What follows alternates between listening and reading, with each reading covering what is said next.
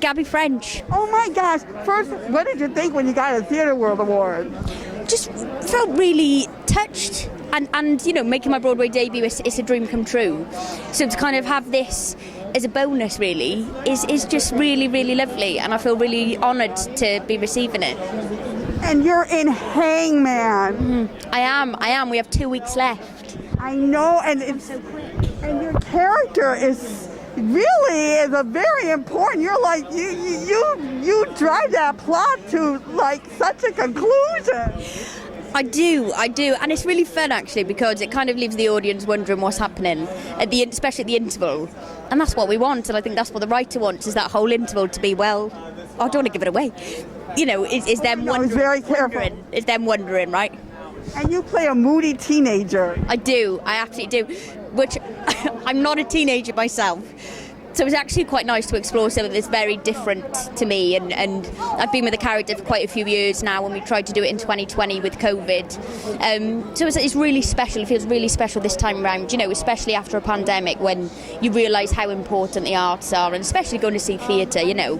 So I think we kind of have a responsibility, even more so than we did before, to tell a story, because people are in that theatre after 2 years of not having it and going, we want to see something. So it's special. And not only that, it's such a grim subject matter, but it's so funny.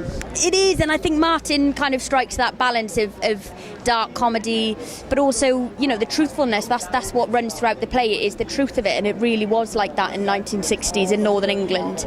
And I think the darkness and the comedy comes out of the truth of the play, and I think that's all we can ask for as actors is, you know, it's all done for us. We just have to say the words. So it's a real pleasure to be in Martin's writing as well, is what I would say. And it must be odd to have a father who's basically a legal murderer. Yeah, and also I think because my character Shirley is 15, there's a lot to comprehend in there. There's a lot of emotions. She's going through a lot as a 15-year-old. So I think there's a lot to think about. She's the daughter of landlords who run the pub, and a father who kills people. So I think it's a lot to comprehend for a 15-year-old. So I think there's a lot going on, and I think the play explores that, you know, and who she comes into contact with and how those relationships kind of bloom or don't bloom. And you get to interact with the mysterious stranger. He's so menacing, and yet you have to be attracted to him. So how do you get past his menacing facade? Well, he's brilliant, Alfie Allen. And his name is Alfie, by the way. Oh, really? Yeah. No, he's a really gorgeous person, and so it makes it very easy to work with him. But I think from a character point of view, I think she's taken by this stranger who walks into the pub, and no one ever like that has walked in before.